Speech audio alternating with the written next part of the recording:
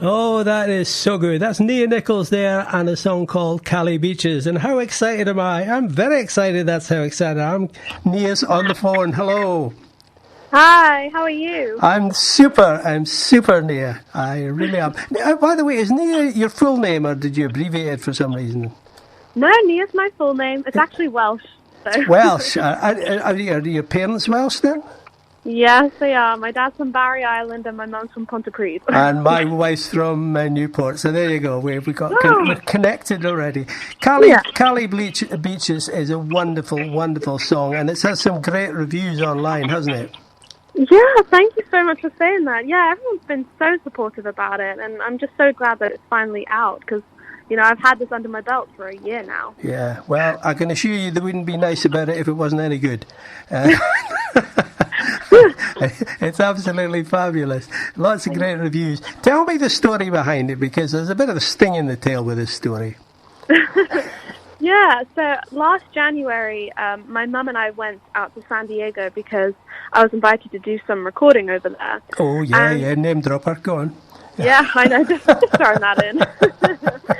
And it was so much fun. And then towards the end of our trip, my mum and I went down to La Jolla Cove, where all the seals and sea lions are. Mm-hmm. And then we flew back, obviously, to London. And, you know, I was so jet lagged that I couldn't sleep. And I ended up writing this song around 3:30 in the morning.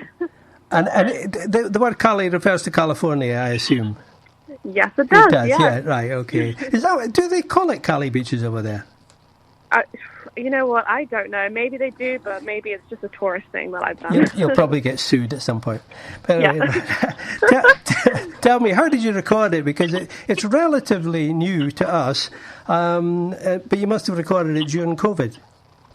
Yeah, well, actually, I recorded this in November, so it was sort of when we were between lockdowns, you know.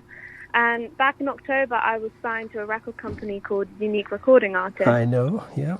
Yeah, and so we've basically been recording as much as we can, obviously not at the moment. And so we ended up recording Cali Beaches in November, along with my other song, Waste My Time, which I ended up co-writing with my producer, Matt Ball. Yeah. And I'm just so excited that it's finally out. It came out on New Year's Day, which is fun. Tell me, where was it? Was it recorded remotely? Because there's a lot of that going on at the moment, isn't it? You can't get into the studio, so you're sending files back and forward. How was it done? Yeah, you know, we were pretty lucky, actually, because in November, the Musicians Union sent out an email to everyone saying that recording studios were still open and that we could still go to them. So I was lucky enough to actually be able to go, and, you know, obviously we were being safe and taking all the precautions. But brilliant. Obviously, this time we can't do anything about it, unfortunately. No, but I'm sure you're still being creative. Let's go back and look at you, go back in time. Have you always been into music? Yes, definitely. Ever since I was about 4 years old and in primary school, I always said I wanted to be a singer. You know, when the teacher would go around and ask everyone what they wanted to be when they grew up, you know, I said I wanted to be a singer, and I was so stubborn as a 4-year-old, I just never let that go. And now here I am. What on earth at the age of 4 made you think? What were you looking at? What were you experiencing? What were you hearing? Who were you seeing? I was really into Shania Twain back then. Right. And then, you know, the older I got, my mum ended up buying me a Dolly Parton record, and that's when I heard her song Applejack. All right. And I just knew there and then that I wanted to be a country singer. I wanted to write my own songs. I wanted to learn the guitar. And that's kind of how it picked up, really. Did you know it was country? Or was it just a song? Well, Applejack, I then knew it was country, but you know, when I was really into Shania Twain at like 4 and 5, I didn't know it was country music. I just knew that I liked it, and so I think I've always sort of gravitated towards it anyway. Love it. Have you done any musical training throughout your life? Sorry, can you say that again? Musical training. Have you ever you qualified? No. Yeah, not really. Just, you know, the classic piano lessons, guitar lessons, but nothing, you know, vocal or anything like that. Have you got a piano in the house? We do, yeah. Just nip over there and play us something, would you, Nia, please? Oh, God. Give it a miss. Give it a miss.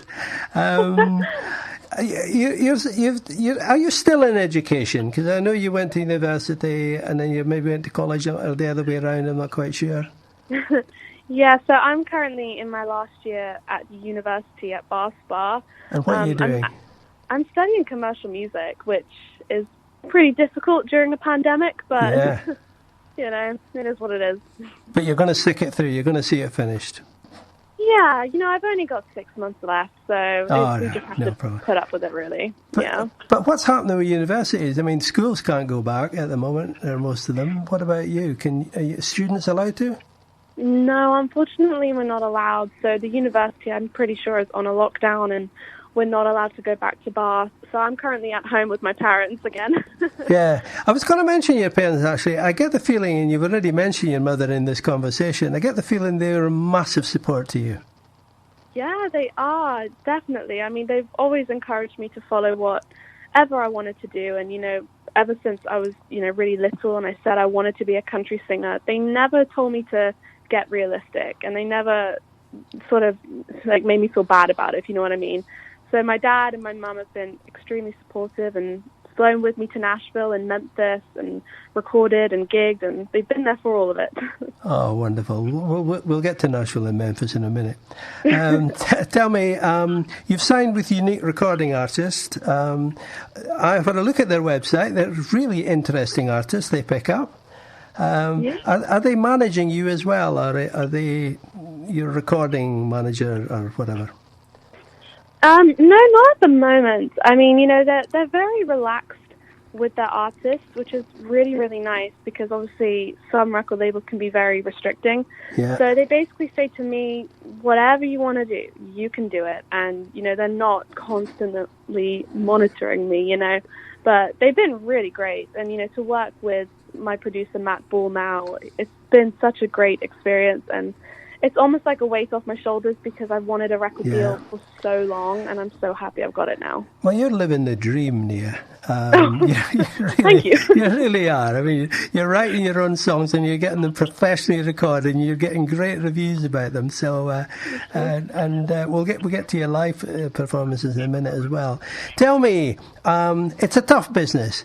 How come you're doing so well? What's happened that's given you the breaks you're getting? Well, thank you for saying that.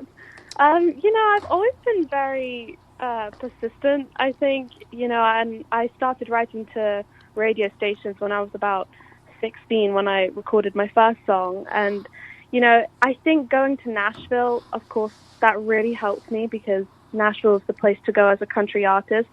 But I met so many people over there, and I was watching what they were doing, and they were writing to radio stations and record labels and things like that. I sort of like copied that, because, you know, in England, people weren't really doing that as much. And, you know, I've just been doing that over and over and over again, and it can be so hard and difficult to do it. But, you know, you got to keep at it and be determined. And well, I think a great example of your determination is I latched on to the fact that you found a DJ on LinkedIn in America and managed to get onto the show to get interviewed, which I thought was so impressive. Impressive. Thank you. I mean, that is the oddest place in the world to look for a radio interview, you would think, but clearly not. You've been to Nashville, you've been to Memphis. They're different cities, without any doubt whatsoever. What's your experience of Nashville been to date? Nashville's been such a great and fun, albeit intimidating experience, because, you know, when I was 16, I recorded a few songs over there, and then we were basically going back every year to record more of my songs up until I got signed to my record label.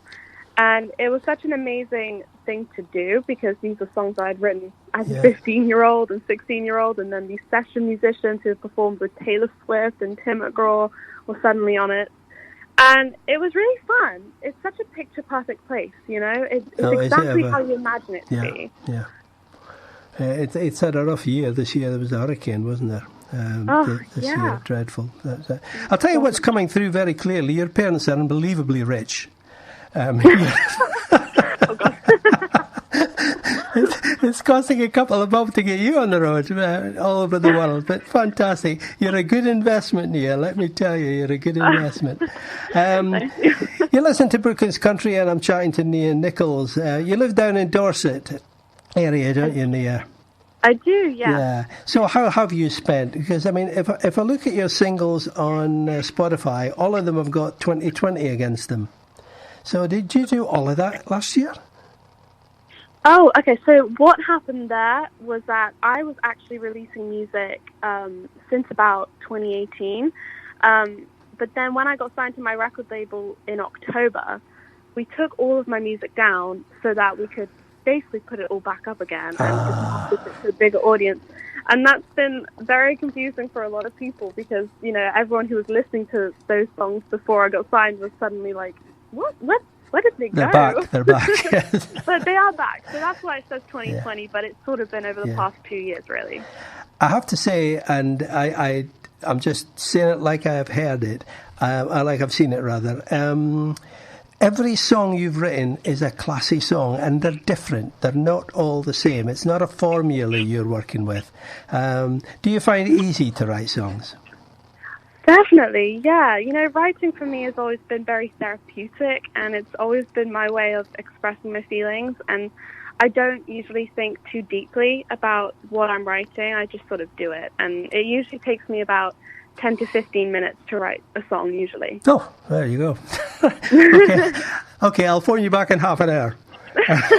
And you can sing it to me. Oh, gosh.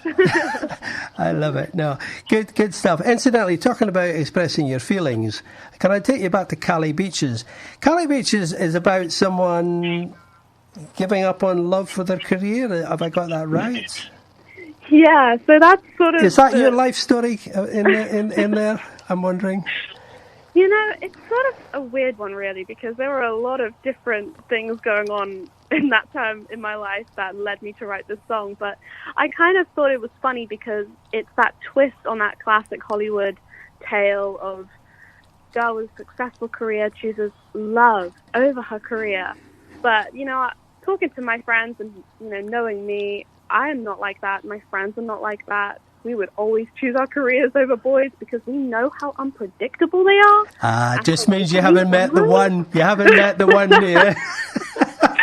You know, I don't know at this point. I don't know if there is one. Oh, there is. Trust me. You know, you haven't met me for the start, but never mind. Moving on quickly before I make a fool of myself completely. An album? Are you going to make an album at some point? I would love to make an album at some point, but right now I'm focusing mainly on singles just to really try and up my streams on Spotify because that's what it's all about these days. And hopefully I can do an EP and then maybe an album. I would just love to do that. Well, I'm sure you will. And if you put in the stuff that you've already recorded, you're kind of kicking off with the Greatest Hits album as your first album, which would be pretty impressive. That's actually what ABBA did, you know. That was their first breakthrough in this country, was a Greatest Hits album. Oh, wow, I didn't know that. It's been done before, yes. Wow. Nia, how do people keep in touch with you? Because nowadays you're not going to be gigging. Oh, by the way, I've watched a few videos of you. You love being on stage. I do love being on stage. You absolutely adore being on stage. Your personality, you've got total 100% confidence.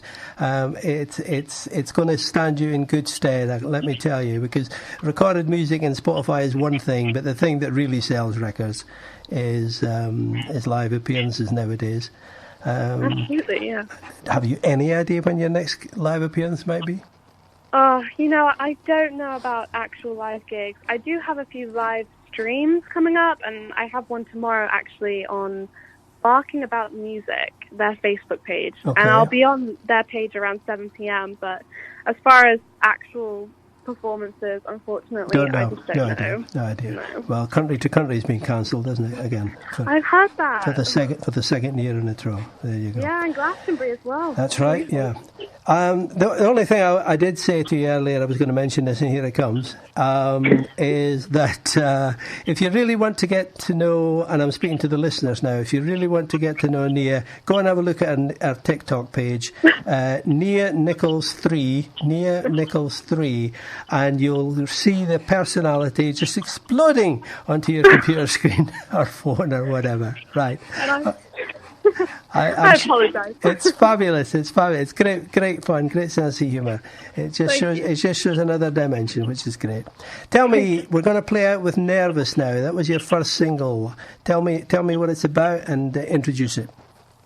So this is a song that I wrote when I was 17, and this is actually my first release with my record company. And this is a song all about the feelings you get when you have a crush on somebody, and this is called "Nervous." No, but not a big enough crush to give up on your career, right? Oh, absolutely. This is Nia Nicol and "Nervous." You walk into the room like a rock star. Everybody here knows who you are.